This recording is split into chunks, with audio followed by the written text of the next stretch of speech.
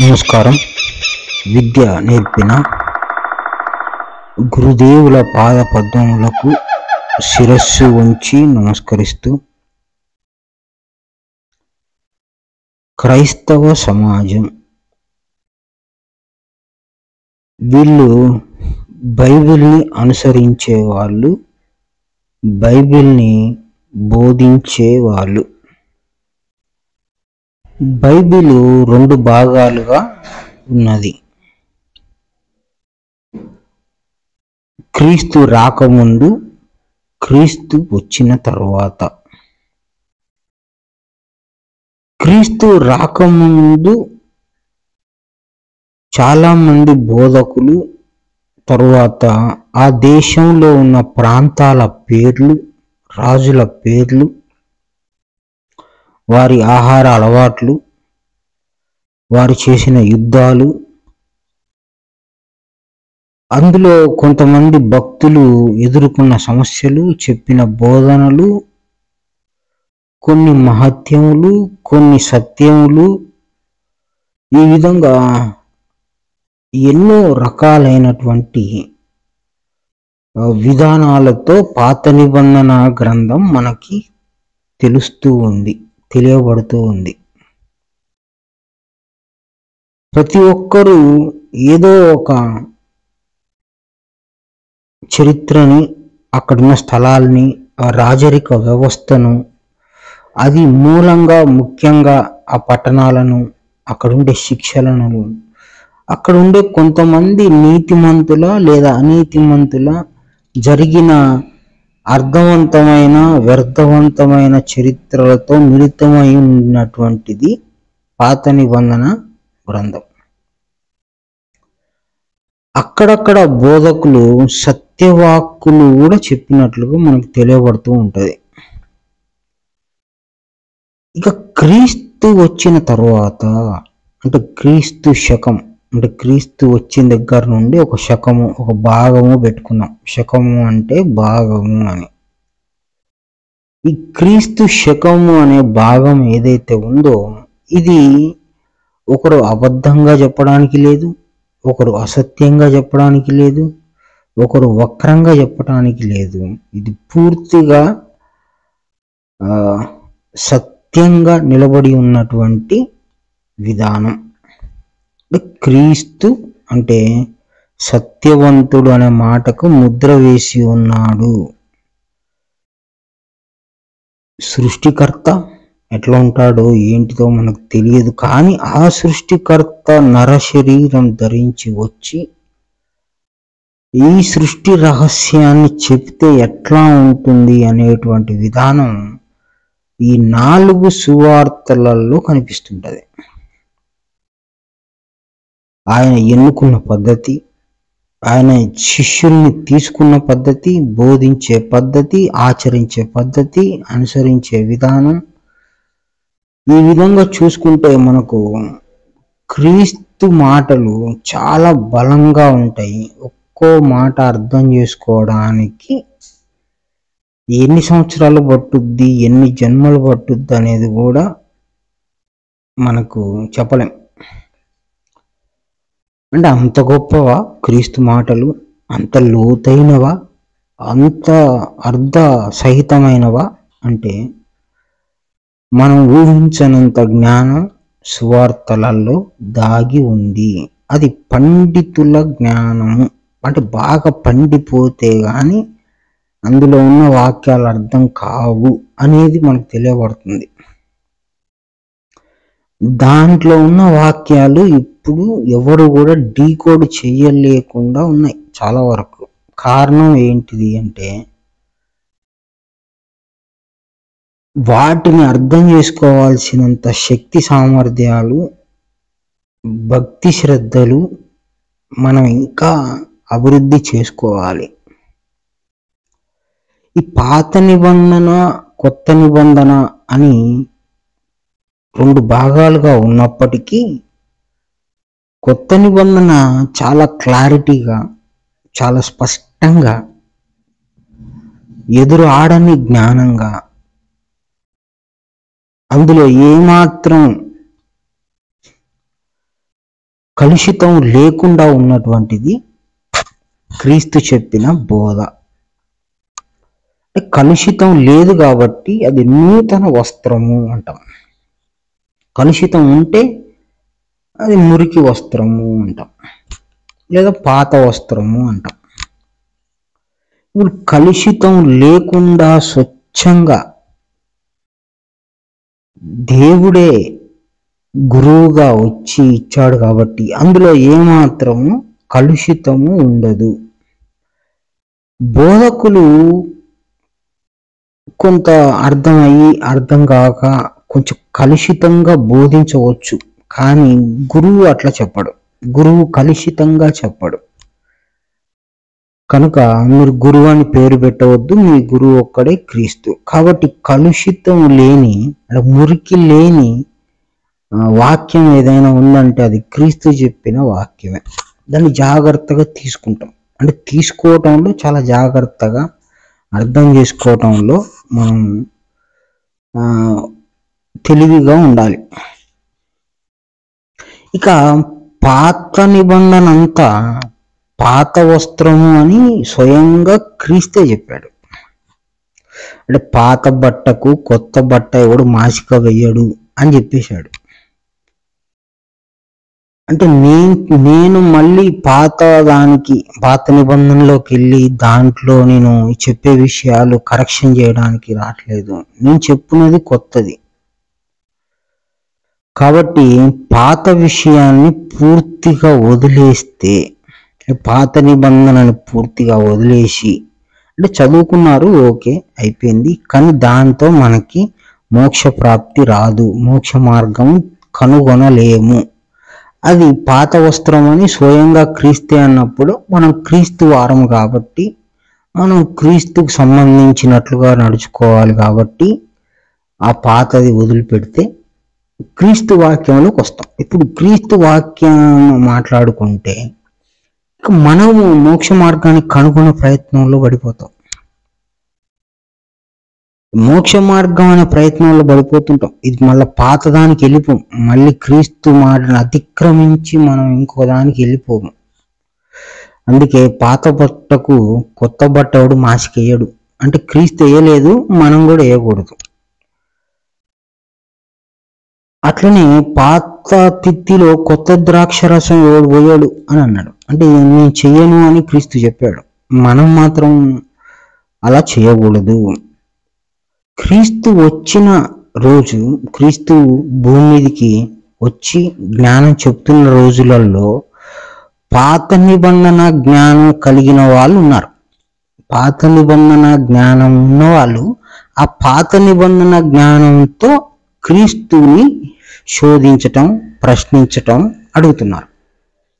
అంటే పాత నిబంధన జ్ఞానం ఉన్న వాళ్ళు ఉన్నారు. వాళ్ళు పరిసయ్యులు, శాస్త్రులు అనేటువంటి పేరుతో పాత నిబంధనలో అనేక విషయాలు జ్ఞాపకం పెట్టుకొని, పలానా దగ్గర ఈ విషయం ఉంది అని జ్ఞాపకం పెట్టుకొని ఆ విషయాలతోని క్రీస్తుని శోధించటం, క్రీస్తుని ప్రశ్నించటం చేశారు.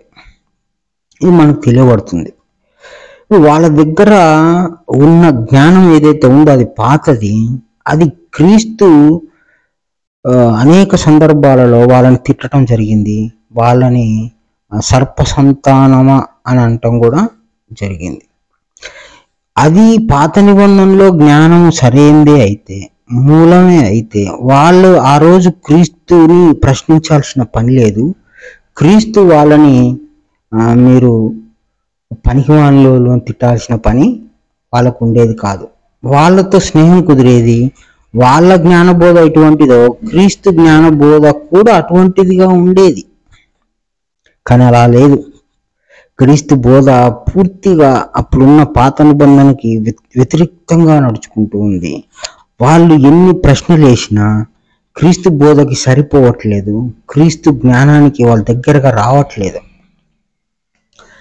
కాబట్టి క్రీస్తు జ్ఞానము అంటే క్రీస్తు తీసుకొచ్చిన జ్ఞానం చాలా అంటే చాలా ప్రత్యేకమైంది.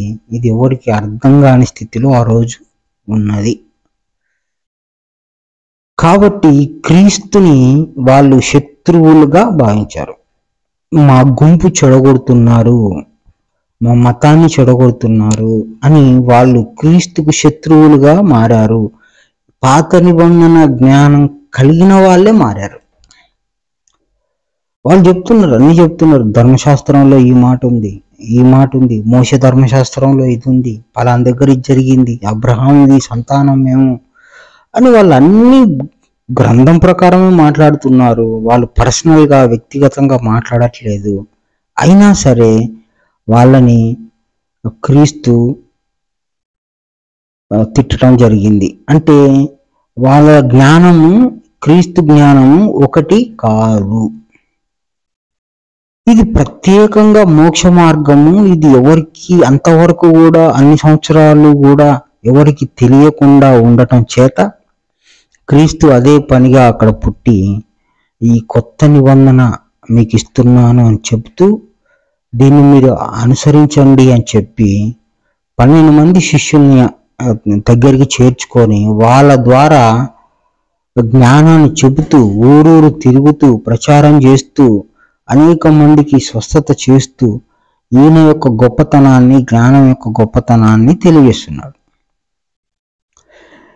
ఇప్పుడు క్రీస్తు చెప్పిన ఈ కొత్త విధానం అంటే అప్పుడు వాళ్ళు పాటించేదంతా వాళ్ళకి సరిపోయింది కానీ క్రీస్తుకి సరిపోలే.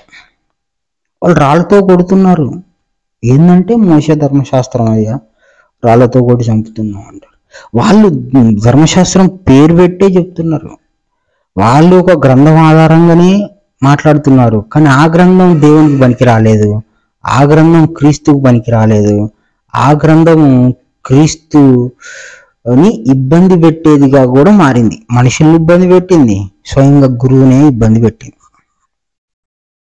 కాబట్టి సువార్తల మీద మనకున్నటువంటి పట్టు ఎట్లాంటిది, దాని గ్రహింపు ఎట్లాంటిది అని ఆలోచన చేస్తే క్రీస్తు మీద నేరం మోపి అంటే గురువు మీద నేరం మోపి అంత పెద్ద గురువే మనిషిగా వస్తే, అంత పెద్ద దేవుడే మనిషిగా వస్తే గురువు అనే పేరుతోనే ఆయనని ఈయన మోషే ధర్మశాస్త్రాన్నో లేదా ఇంకోటో మన గుంపును చెడగొడుతుండను 2-3 రోజులలో గుడిని కూలగొట్టి కడతానని ఏదో ఆరోపణలు చేసి ఏదో విధంగా ఆయన మీద నేరం మోపి పిలాతు రాజు దగ్గర నేరస్తుడిగా నిలబెట్టారు. అప్పుడు క్రీస్తు వైపు ఎవరున్నారయ్యా అని మనం ప్రశ్న వేసుకుంటే ఎవరు లేరు. క్రీస్తు వెనక అనుసరించే వాళ్ళు ఒక్కళ్ళు కనపడలేదు. క్రీస్తుతో ఉన్న శిష్యులు కూడా కొంత ఆ సమయంలో దూరం అవటం జరిగింది. భయానికి లోనయ్యో ఇంకేదన్నా కారణం కావచ్చు. పిలాతు రాజు క్రీస్తుని నమ్మాడు, విశ్వసించాడు. ఇతను చాలా గొప్పవాడని నాకు అనిపిస్తుంది అని పిలాతు రాజు కొంత గ్రహింపు వచ్చింది.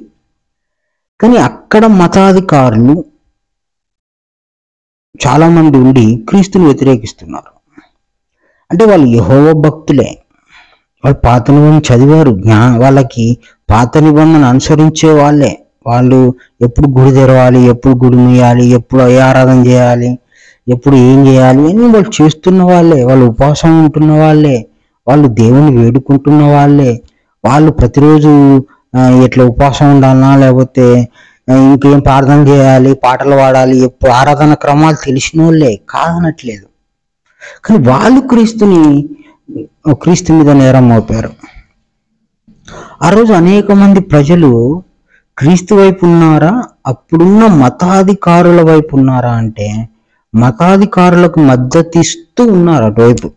క్రీస్తు వైపు ఒక్కడు కూడా లేరు. అంటే క్రీస్తుకి వ్యతిరేకంగా ఎంతమంది కనిపిస్తున్నారు మనకి చరిత్రలో చూస్తే.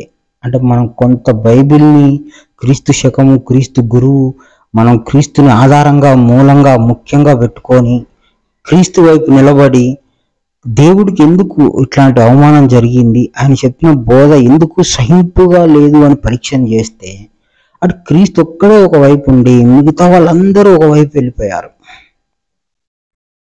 ఆ రోజు అనేక మంది ప్రజలు మతాధికారులు ఎట్ట చెప్తే అట్లా విన్నారు, కానీ మతాధికారులను ఎదిరించే స్థితిలో కూడా లేరు, క్రీస్తు యొక్క వాక్యాన్ని సమర్థించే స్థితిలో కూడా లేరు. ఆ రోజు పిలాతు మహారాజు ఈయన యందు నాకే దోషం కనపడట్లేదు అని చెప్పాడు. ఆ పిలాతు రాజు గ్రహింపుకు జనానికి లేదు, మతాధికారులకు లేదు. అప్పుడు ఇతని సిలువ వేయాలి అని ప్రజలు కోరుకున్నారు, కొరడాలతో కొట్టాలి అని. పిలాతు రాజు ఇతన్ని తన అధికారంతో ఎట్లయినా క్రీస్తుకు సహాయం చేయాలని, క్రీస్తుని ఎట్లయినా వీళ్ళు నేరం మోపారు, వీళ్ళ యొక్క అసూయ మత్సరాలు ద్వేషాల చేత వీళ్ళకున్న మిడిమిడి జ్ఞానము, మిడిమిడి పరిజ్ఞానము ఏదో ఎవరో చరిత్రలో రాస్తే దాన్ని ఏదో రకంగా దేవుడనే పేరుతో ఆచరిస్తూ అది సరైంది కాదు, అది మనిషి ఇబ్బంది పెట్టేదే, అది మోక్ష మార్గం కాదు అని పిలాతు గ్రహించి వాళ్ళు ఈయన మీద అనవసరంగా నేరం మోపుతున్నారని ఆ పిలాతు రాజు క్రీస్తుని విడిపించటానికి ఆయన అధికారాన్ని ఉపయోగిస్తున్నాడు. అయినా ఆ ప్రజలు వాళ్ళ హృదయాల్లో దైవత్వం ఉందా లేదా అంటే లేదని తెలుస్తుంది. ఒక మనిషిని కొట్టండి అని చెప్తున్నారంటే అసలు అది క్రీస్తు తత్వమే కాదు. క్రీస్తు తత్వం వచ్చింది ఎప్పుడు? అక్కడి నుంచి క్షమాపణ వచ్చింది. రాళ్ళతో కొట్టకు, దూషించకు, పరలో సొమ్ము ఆశించకు, క్షమించు, 100 సార్లు క్షమించు అనేటువంటి మాటలు క్రీస్తు దగ్గర నుంచి వస్తున్నాయి. అప్పుడు క్రీస్తు ఉన్నప్పుడు కూడా లేవు. సరే, ఈ పాస్కా పండుగ వస్తుంది, నేను నా అధికారాన్ని ఉపయోగించి ఒక ఖైదీని విడుదల చేస్తా, క్రీస్తుని విడుదల చేద్దాం అనుకుంటే లేదు, బరబ్బాను విడుదల చేయండి కానీ క్రీస్తుని విడుదల చేయొద్దు. ఎంత కక్ష సాధింపు, ఎంత వాళ్ళ హృదయాల్లో మత్సరం, ఎంత కోపం! ఆయనంతా ఏం చేశాడు? ఆయన ఎంతో మంది పాపాలు తీసేశాడు అని ఎంతో మందిని క్షమించి రాళ్లతో కొడుతుంటే, అరే తప్పురా, ఇది మీరు కూడా పాపం చేశారు, మీకు అర్థం కాని జ్ఞానంతో వ్యర్థంగా నడుచుకుంటారు, నరహత్య చెయ్యొద్దు అని రాసి ఉంటే నువ్వు రాళ్లతో కొట్టి చేసేది అదేరా, నీకు అర్థం కాలేదు, బుద్ధి లేదు, నువ్వు బుద్ధిని ఉపయోగించట్లేదు, నువ్వు అనుసరించేదంత తప్పు, అది నా జ్ఞానం కాదు, నేను చెప్పింది కాదు, నా మార్గం కాదు, నువ్వు ఇట్లా ఉండకూడదు అని ఆ రోజు గద్దించినా కూడా వాళ్ళు ఏం చేస్తారో వాళ్ళకే తెలియని అయోమయ గందరగోళ పరిస్థితుల్లో ఉంటూ మేము పాత నిబంధన అనుసరిస్తున్నాం అని చెప్తుంటారు. అక్కడున్న ప్రజలందరూ అక్కడున్న మతాధికారులకి సపోర్ట్ ఇచ్చి, మద్దతు ఇచ్చి క్రీస్తుకు వ్యతిరేకంగా మారారు. అంటే క్రీస్తుకు పక్షాన లేరు, క్రీస్తు పక్షాన లేరు వాళ్ళు. అయితే పిలాతు రాజు సిలువ వేసి, అంటే ప్రజల కోరికని బలవంతంగా ఒప్పుకొని అతను చాలా అయిష్టంగా ఇతనికి ప్రజల కోరిక మేరకు సిలువేస్తున్నాను, కానీ ఈ పాపము నా మీద నా పిల్లల మీద ఉండొద్దు అని అతను భయపడిపోయి ఇతనికి ఇలాంటి శిక్ష నా నోటి నుంచి వస్తుంది, నేను నిర్ణయాధికారికంగా ఉండి ఇతనికి ఈ విధంగా వేయాల్సి వస్తుందని భయపడి అతను ఎంతో చలించిపోయి అతని చేతులు కడుక్కుంటూ ఈ పాపము నా మీద నా పిల్లల మీద ఉండకుండా కాక అని ఒకలాంటి భయం పెట్టుకొని ఆ పిలాతు రాజు ఆ తీర్పిస్తే, అక్కడున్న ప్రజలు మాత్రం ఆ గుడ్డి మతాధికారులను నమ్ముకొని ఆ పాపం ఏదో మా మీద మా పిల్లల మీద ఉండండి అని చెప్పి వాళ్ళు ఆ రోజు పొగరుతోని, అహంతోని, అజ్ఞానంతోని వాళ్ళు ఆ రోజు మాట్లాడడం జరిగింది. ఈరోజు ఏ దేశాలైతే శాంతి లేకుండా నిరంతరం యుద్ధాలు, నిరంతరం కొట్టుకోవటం, నిరంతరం బాంబులు వేసుకోవటం, ఆ దేశాలు ఇప్పటికీ అట్లనే శాంతి లేకుండా ఉన్నాయి. ఆ రోజు క్రీస్తు వచ్చినప్పుడు నోరు అదుపు పెట్టుకునే స్థితిలో లేరు, మాట అదుపు పెట్టుకునే స్థితిలో లేరు, మనసు అదుపు పెట్టుకునే స్థితిలో లేరు, బుద్ధిని ఉపయోగించే స్థితిలో లేరు. అటువంటి స్థితిని వాళ్ళు ఉంటే, అటువంటి గ్రంథాన్ని చదువుకొని వాళ్ళు అలాంటి భావంతో ఉండి నడుచుకున్నాక క్రీస్తు వాక్యము వాళ్ళ భావాలను చెదురు చేసి శాంతిని, మనశ్శాంతిని, జ్ఞానాన్ని, మోక్ష మార్గాన్ని, క్షమాపణను ఈ విధంగా క్రీస్తు శకం నుండి, క్రీస్తు సువార్త నుంచి ఒక ఊహించినటువంటి శాంతి మార్గం, ఊహించినటువంటి భక్తి మార్గం మనకి వచ్చింది. ఈ క్రీస్తు వాక్యము మనకు అర్థం కావాలంటే క్రీస్తే ఒప్పుకోవాలి. కాబట్టి క్రీస్తు యందు భయభక్తులు కలిగి క్రీస్తు వాక్యంతోనే మనం ముడిపడి ఉండాలి. మనం మాట్లాడుకున్నంత క్రీస్తు పక్షమున ఎవరున్నారు, అప్పుడు ఇజ్రాయెల్ దేశంలో ఎవరు లేరు అని తేలిపోయింది. సిలువ వేసేటప్పుడు ఒక యోహాను గారు మాత్రం క్రీస్తు పక్కన ఉన్నారు. ఆయనకి పరోక్షంగా సహాయం చేసే వాళ్ళు ఉండి అప్పుడు కొంత భయపడి కొంత సహాయం చేసి కొంత దూరం ఉండి ఇట్లా రకరకాలుగా అక్కడ భయాందోళనలు, అక్కడ రాజరిక వ్యవస్థ, అక్కడ ఉన్నటువంటి అధికారం, వీటికో భయపడి దాచుకొని రహస్యంగా జీవితాన్ని గడిపి ఆ రోజు మనం గమనిస్తే క్రీస్తు సమాధి అయిన రోజు అక్కడ మగ్దలేనే మరియా, ఇంకొక మరియా మాత్రమే ఉన్నారు. ఇద్దరు స్త్రీలే ఉన్నారు. అంత సేవ చేసిన వ్యక్తి అన్ని సంవత్సరాలు 2.5 సంవత్సరాలు ఏమో జ్ఞానబోధ చేశారు. ఆ 2.5 సంవత్సరాలు ఊర్లూర్లు తిరిగాడు. ఎంతో మంది గుడ్డివారు స్వస్థత పొందారు, కుంటివారు ఇట్లా చాలా మంది స్వస్థత పొంది, కానీ చివరి ఆయన సమాధి దగ్గర మాత్రం ఇద్దరు ధైర్యంగా క్రీస్తును ఆధారం చేసుకొని ఆయన సమాధి దగ్గర ఉన్నారు. ఆ చీకట్లో కూడా మగ్దలేనే మరియా గారు, ఇంకొక మరియా అనేటువంటి పేరు బైబిల్లో వినిపిస్తుంది. తర్వాత మళ్ళీ క్రీస్తు ఆ శిష్యుల్ని కూడగట్టుకొని, మీరు ధైర్యం తెచ్చుకోండి, మీరు నా సువార్తను చాటండి, ఇట్లా భయపడే జీవితాలు కాదు సువార్త అంటే, ఇక మీకు ధైర్యం తెచ్చుకొని మీరు సువార్తను ప్రకటించండి అని ఆ భయాందోళనలో నుంచి బయటికి తీసుకొచ్చి ఈరోజు జ్ఞానులు తయారు చేశారు. కానీ ఆ రోజు క్రీస్తు పక్షమున ఉండని వారు చాలా మంది ఉన్నారు. ఈ రోజు క్రీస్తు పక్షమునే ఉన్నాము అనుకుంటున్నాము, కానీ సువార్తను బోధించినటువంటి బోధకులు నేటికి ఉన్నారు. వాళ్ళు క్రీస్తు పక్షమున లేనట్లే. అంటే క్రీస్తు సువార్త చెప్పటి యందు సువార్తలోనే రగిలిపోతూ, కదిలిపోతూ, మెదులుతూ, సువార్తలోనే తిరుగుతూ, సువార్తనే అర్థం చేసుకుంటూ, ఒక్కొక్క వాక్యం వెంట తిరుగుతూ, సువార్తకు మించింది ఇంకొకటి లేదు అని ఆ వాక్యముల లోతు మనం అర్థం చేసుకుంటూ క్రీస్తువుని తప్ప ఇంకొక విషయం వైపు ధ్యాస పోకుండా ఉంటే వాళ్ళని సువార్తను అనుసరించే వాళ్ళు క్రీస్తు పక్షంలో ఉన్న వాళ్ళు అనొచ్చు. కాసేపు పాత నిబంధన పోయి ఆడొక గంట, ఈడొక గంట, ఆడొక 10 నిమిషాలు, ఈడొక 10 నిమిషాలు, దాన్ని అనుసరించి కాసేపు, దీన్ని అనుసరించి కాసేపు, ఈ విధంగా మనిషి బోధకులు, భక్తులు ఈ పాత వస్త్రం దొడుక్కుంటారు, కొత్తది దొరుకుతుంది, దానికి దీనికి మాసికెత్తారు, దానికి మాసికేసి క్రీస్తు వాక్యము యథార్థంగా అర్థం చేసుకునే పరిస్థితిలో లేకుండా ఈరోజు మోక్ష మార్గం కనుగొనలేని స్థితిలో బోధకులే ఉంటే ఈ బోధకులు ఇంకా సంఘానికి ఇంకా మిగతా వారికి ఏమి జ్ఞానబోధ చేస్తారు?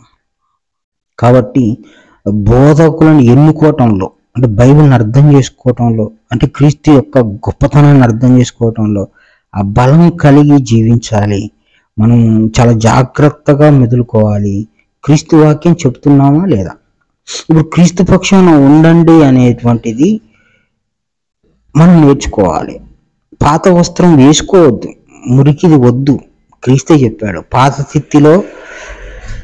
తిత్తి వదిలిపెట్టండి, కొత్తది పట్టుకోండి, శుభ్రమైనది పట్టుకోండి.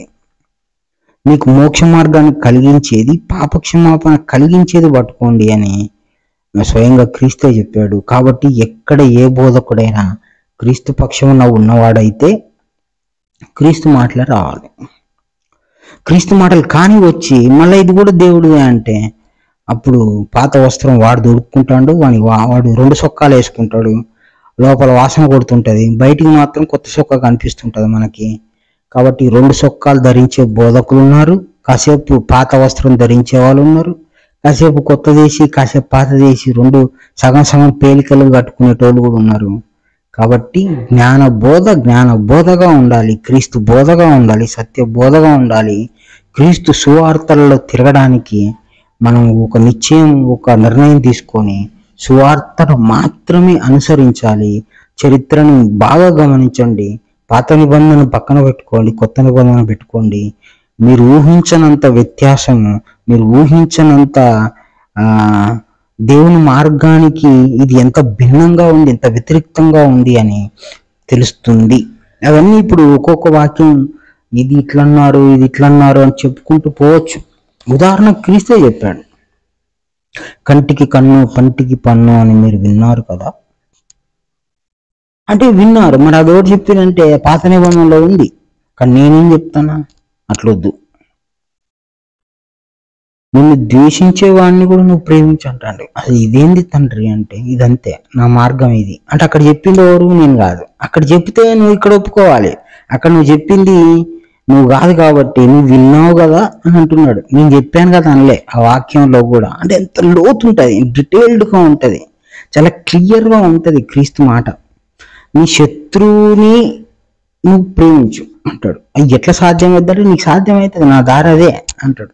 అంటే ఇంత డీటెయిల్డ్గా ఉన్నటువంటి క్రీస్తు మాట ఒక ఉదాహరణ చెప్పి మిమ్మల్ని దాని వైపు, అంటే పాత విషయాలు మీ తల్లో ఉండకూడదు అన్నాడు. సరే, ఈరోజు ఈ పాత ఈ కొత్త మిక్స్ చేసుకొని అంత గందరగోళం అయిపోయి ఈరోజు క్రీస్తు మార్గం అంటే మోక్ష మార్గాన్ని మూసేస్తూ వాళ్ళు ప్రవేశించకుండా మనల్ని కూడా ప్రవేశింపకుండా చేస్తున్నారు. కాబట్టి ఇక్కడ కొంత జాగ్రత్తగా గమనించుకొని క్రీస్తు వాక్యం ఎట్లుండాలి అని ఒక నిర్ణయం గట్టిగా తీసుకొని, ఎస్ నేను వింటుంది క్రీస్తు వాక్యమా కాదా, నేను నిర్ణయం తీసుకున్నాను క్రీస్తు మాట తప్ప ఇంకోటి వద్దు. నేను పాతదానికి ఓకు, ఇక్కడ నిలబడి వాక్యం చెప్పు, మొదటి ఆజ్ఞ చెప్పు, రెండో ఆజ్ఞ చెప్పు, నువ్వు చెప్పబోతే సార్ నేనన్నా దేవుణ్ణి కనుక్కొని ఉంటా అని ఒక నిర్ణయం తీసుకొని ఆ సువార్తలలో మాత్రమే ప్రయాణం చేసేటువంటి నిర్ణయం మనం దృఢంగా తీసుకోగలిగితే తప్పకుండా దేవుడు మనల్ని, మన శ్రద్ధని ఆయన చూసి మోక్ష మార్గాన్ని తెలియజేసే అవకాశం ఉంది. కనుక సువార్తలలో జ్ఞానాన్ని సంపాదించుకోవాలని, క్రీస్తు జ్ఞానాన్ని సంపాదించుకోవాలని కోరుకుంటూ అందరికీ నమస్కారం. గురు సమర్పణ.